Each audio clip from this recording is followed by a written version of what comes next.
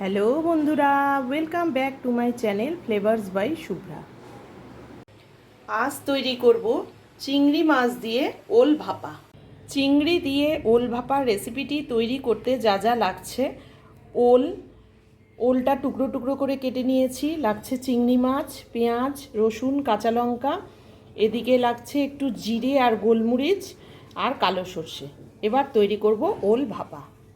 ওল চিংড়ি ভাপার এই রেসিপিটি তৈরি করার জন্য প্রথমে আমি নুন হলুদ দিয়ে ওলটাকে 70% মতো কুক করে নিয়েছি।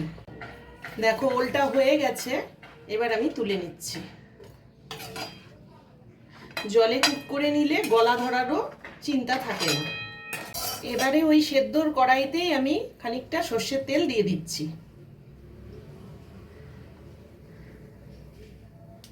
প্রথমে গরম তেলে দিয়ে দিচ্ছি পেঁয়াজ, দিয়ে দিচ্ছি রসুন, এবারে জিরে আর গোলমরিচটাও দিয়ে দিলাম।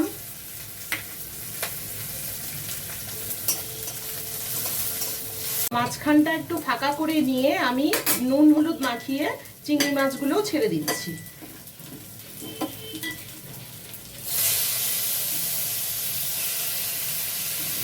পেঁয়াজের সাথে একসাথেই চিংড়ি মাছটা কুক হয়ে যাবে। চিংড়ি মাছ খুব একটা বেশি ভাজার প্রয়োজন নেই, এভাবে ভাজা হয়ে গেলে তুলে নিতে হবে। এবারে আমি এটা তুলে ঠান্ডা করে নেব। এটা ঠান্ডা হয়ে গেলে ভালো করে শিলপাটায় বেটে নিতে হবে। যে কোনো ভর্তা বা ভাপার রেসিপি কিন্তু শিলপাটায় মশলাটা করলে খেতে বেশি স্বাদ হয়। আমি এদিকে একটা স্টিলের টিফিন বক্স নিয়ে তার মধ্যে ওলটা দিয়ে দিচ্ছি। সেদ্ধ করে রাখা ওলটার মধ্যে এবারে আমি মাছ আর মশলা বাটাটা দিয়ে দিচ্ছি।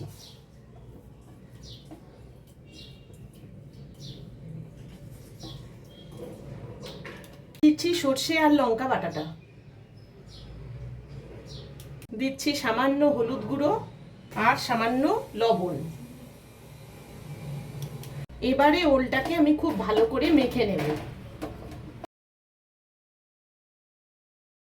যাতে মাছগুলো আর সর্ষেটা সমস্ত ওলের মধ্যে ভালো করে ঢোকে, এইভাবে মাখতে হবে। এখন একটা টিফিন বক্স নিয়ে এর মধ্যে আমি ঢেলে দিচ্ছি ওল আর সর্ষে বাটাটা।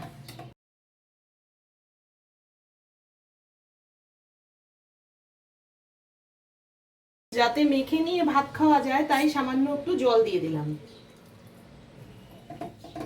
জল দিয়ে আরেকটু মিলিয়ে দিলাম। এবার দিয়ে দিচ্ছি কটা কাঁচা লঙ্কা আর উপর থেকে কিছুটা সর্ষের তেল। আমি টিফিন বক্সের ঢাকনাটা ভালো করে চাপা দিয়ে দিলাম। এবার আমি ভাপে বসাবো। কড়াইতে জল গরম করে নিয়েছি, এবার টিফিন বক্সটা ভালো করে বসিয়ে উপর থেকে একটু চাপা দিয়ে দেব। এভাবে উপর থেকে চাপা দিয়ে শিলনোড়া চাপা দিয়ে দেব। 10-15 মিনিট হয়ে গেছে, এবার আমি নামিয়ে দেখবো কেমন হলো।